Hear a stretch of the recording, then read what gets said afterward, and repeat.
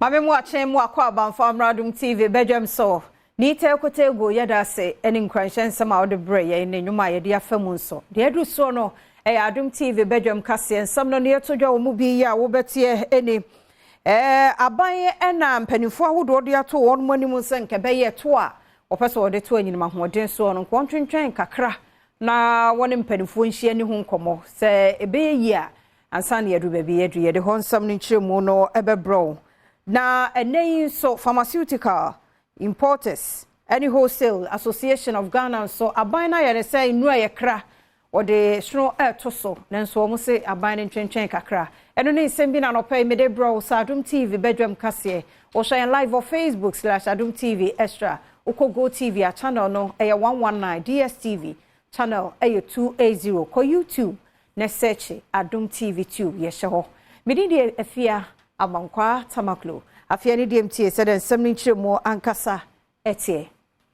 Kanedwam tene dema public interest and accountability committee Dr. Steve Mantiao to aban nanim senke be ya levia opese wode to enyinama hoden eso no woni mpanimfo eni de hu nkomo enhwe bebie beduro ansa ne bia so won gitumu na beboa de a ayadwuma ode Adom TV kase edi nkomo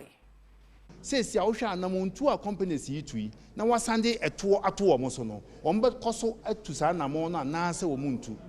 consultations course wa inka ban be factor we nyina into the design of the emission levy no osan editu dwa se ope aban a woni omanfo entenase eni nkomo emfa womo policies ebi hu ansa na womo edi ababo nten a na ye MPP aban me futuo ene se nkebe ya me nka se yenyi tax ni free hokra ba aban entwentwen so on suspended na on year consultations ade ba kwa me hu se ha aban pa titru aban o ti dwa so sabre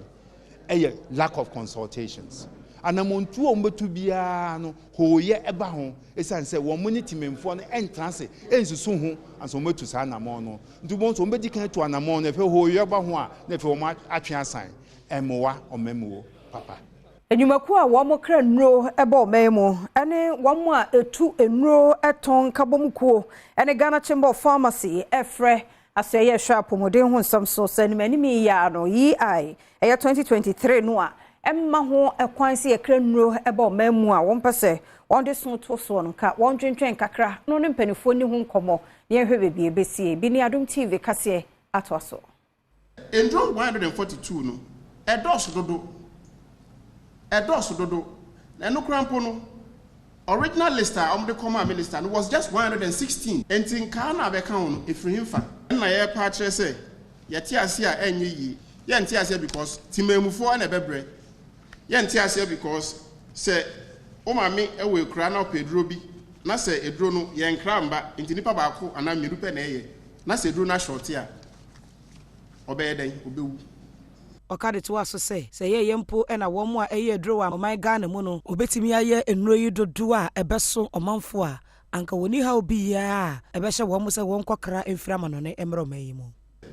eba Ghana ha enuro yenum ni nyina no ohamu nchichemu eduoson na ye kra de ba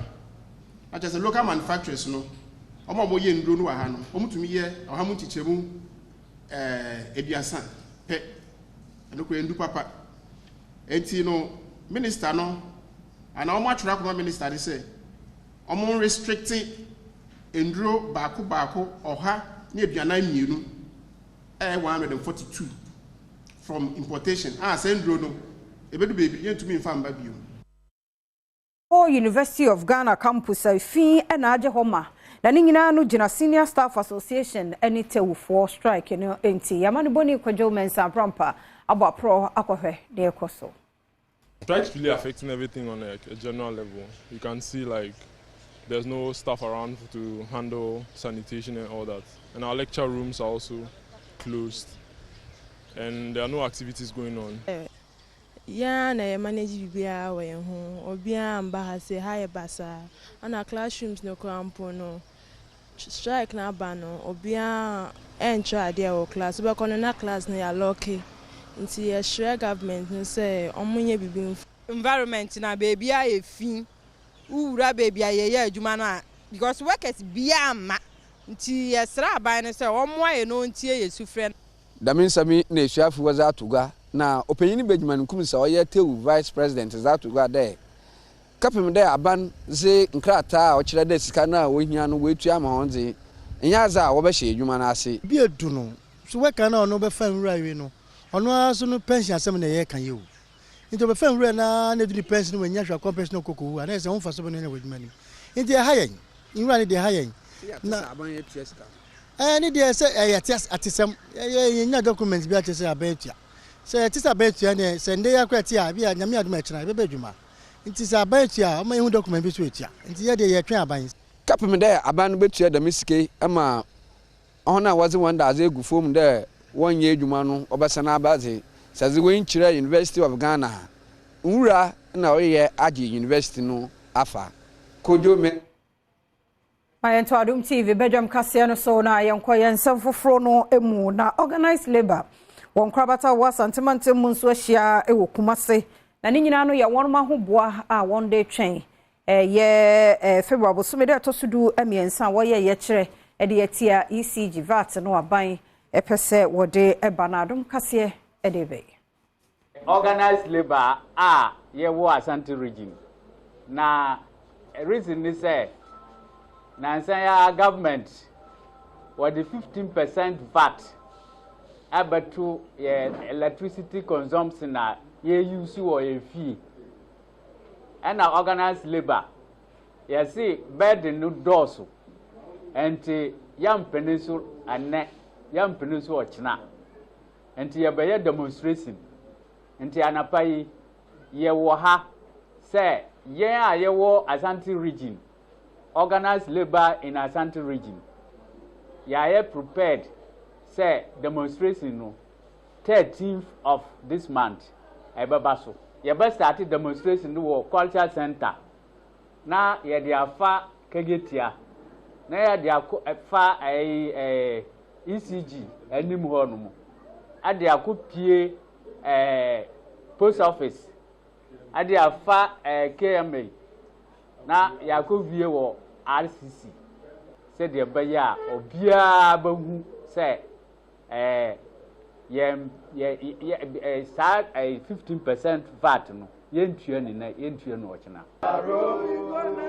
we gonna roll make us say nipa bedu no 20 baby on beda ye den fi say adankran so eja tom ahye drebre wo mpatase ye wo brekum wo bono mantamu wano hase enti me wani mu hanu be frɛ me sɛ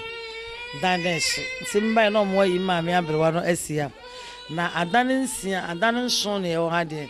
jana hyimu ne ma nyina omo hwe bakura nka ne nyina hye na nyame adom ma me ne de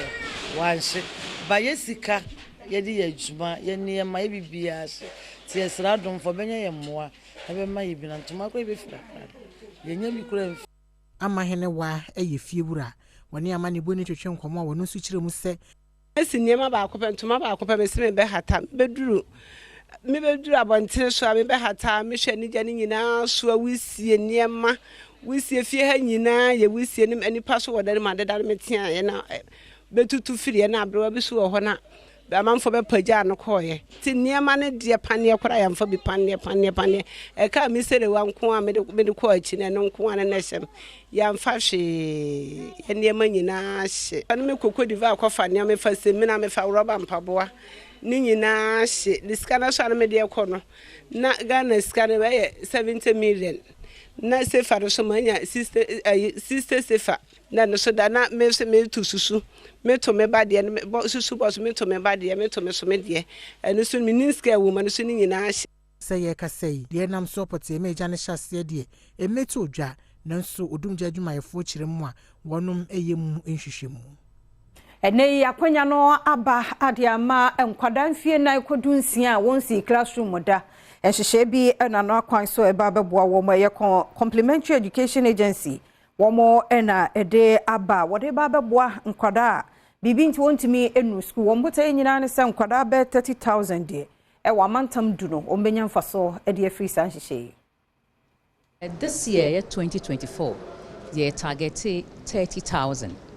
in 4 regions and in 8 districts. They are all in the northern part of Ghana and also in the Bono region. Yeshe enkwala womun ko school a obroni friend regular school no. Ye pese ye ma womun tete a womun so ombetime gina womun naso no mo obroni ka se transition na yesan de womun akoka regular school. Nti no sa na ye kire womun de na ye de womun wura bibi te se class 3. Ebedru ho no obeabakoto ne age group between infie 9 ene infie edunsia ena yehwehwe wo eno achi gift chuma mpofo ya wono yo sofa bi de kira ohwe adesua nsem so enso so ade futu e ma batan na wofo se program ya wode ya bai se bie bepie wo mo emensene ne mu a wo mo homodin ase obema wo ma ade wo ho ahyemu bi complementary education no e mo frache fa wo mpeni nche fa wo ni amesre ne se eyenimde ene titiye ena yehwehwe sabre ene nti owufo bia bibi nti wo baby efi school se wo ba no na fikubo nti oboko se nyinse na ba mu sempo ye boni bi ena odwane ye na wasan aba se ne etie bia owufo hye wo ba no nkran na yenso ye fi school mu ache na ekwan abeda ho se yensan kosu onimdifo bi ya wasan ya assistant facility manager ma AfriSet project physics department University of Ghana owura Emmanuel Apo wode kokobo ma Ghana fo nyina de ehunu ne nei wo hamatan na epe no nkuma na kasia pa no bantino obi anhwe no ho yie mo no ho ban emfiri emu enkeka wa ede epe no anase yebenya free penimu oni Adom kase edi nkomo yi 14 January no na sate se sign futu na owie mu no san akosoro na ne ma em se ema futu no adebras kakra sem se hono no nsuo to kakra nti ema no horo futu na owie mu no bi egu form nti no asan peja nti January end die na afede peja beduru ba bia ano ohyepa odi futuo ema omanfo se wo mo hwe se wo mo be hye nose mask ibi empenifo ene nkwada wo mo be hye ntade e be kata wo mo ehunam ho no manum so dodo na se sebre ni betufo se omo asthma omo bowa omo allergy bibi o ha advance futu kakra bi konu mu abeye yi no sankofo no bomodi an se ombe protect ombe tra if baby omo ma bontin bebre they should remain indoors more than outdoor outings. And now, more, your friend say, yeah, cry, you see, your home, then we are cocra, when you need. Now, we are quara, who was I in Yana, Sankophone, Yana, said, Omocahon. Into no, as I PAP. So we Pia, she knows Max. We Pia, she goggles, and I say spectacle. Never put it to any because that's no so. Let's say anyone. Ahaya election headquarters kokromoti power ye di bawra abato emua. NDC amanyoko Franka tuni kane no ye mampani John Dramani Mahama se wonyi ntumu ne nyintumu china se bra won mu fri abanwa no eso no na ye nsikasa mtoto ye ne nkoyi. Wose ye no wonyi entumu na wo kire mu se wode ne die no kane die no toto anei mampani akufo ado die no ho die na wo die ne ye pa Adom kase etwaso. So that myth about you left us a mess, When you came into office, the Kufuor Eurobond was left with 270 million to pay. Where did you get that money to pay? Mahama left it in the sinking fund because I knew that debt was coming up. That was visionary. I knew that if a new government came, it was going to be difficult to find 270 million at once to pay off the Kufuor Eurobond. This thing they keep saying, Mahama left a mess, we came and repaired your mess. Before I left office, the IMF said that Ghana's economy was going to grow by 8%. And it grew by 8% and more in 2017. And in 2018, it dropped. When their own policies started kicking in, you look at the GDP growth rate. From the high of 8% that they inherited from me, the next year it went to 6 point something, 5 point something, until when COVID hit, it went to 0. And wachi osanka de to aso say. We worked and brought the 10 field and the Sankofa field into production. And so it made oil revenues triple. When we left office, we had solved Dumso, we bought enough generation, we established ESLA to pay the legacy debt. Today, Dumso is back. You can't pay the independent producers. And all of you know Dumso is back, just that they don't want to announce. Eguso aya wandisi amanyoko no nsem Franka Tuni John Dramani Mahama nsema wode atudwai na wose aban no onyintum onka nokore se ne mfaso niema pa ne hyehe pa woye ede eto ho no eno ahomfaso na ye die ya wode ye agenda 111 hospitals no eno so nsema wode tudwa eni. I set up the stabilization fund. When COVID hit, they didn't know where to find money. We told them, go and look in the stabilization fund. I left money in there. Went and took 300 million, from the stabilization fund. I set up the Ghana Investment Infrastructure Fund, the Ghana Infrastructure Investment Fund.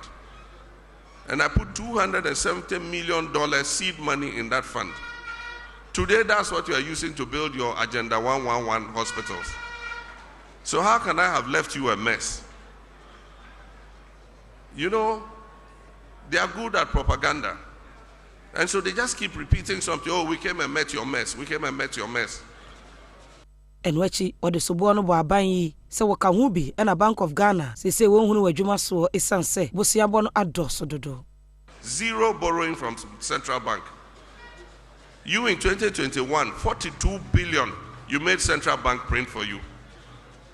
The following year, 2022, 35 billion you made Central Bank print for you. And that is why today Central Bank is broke,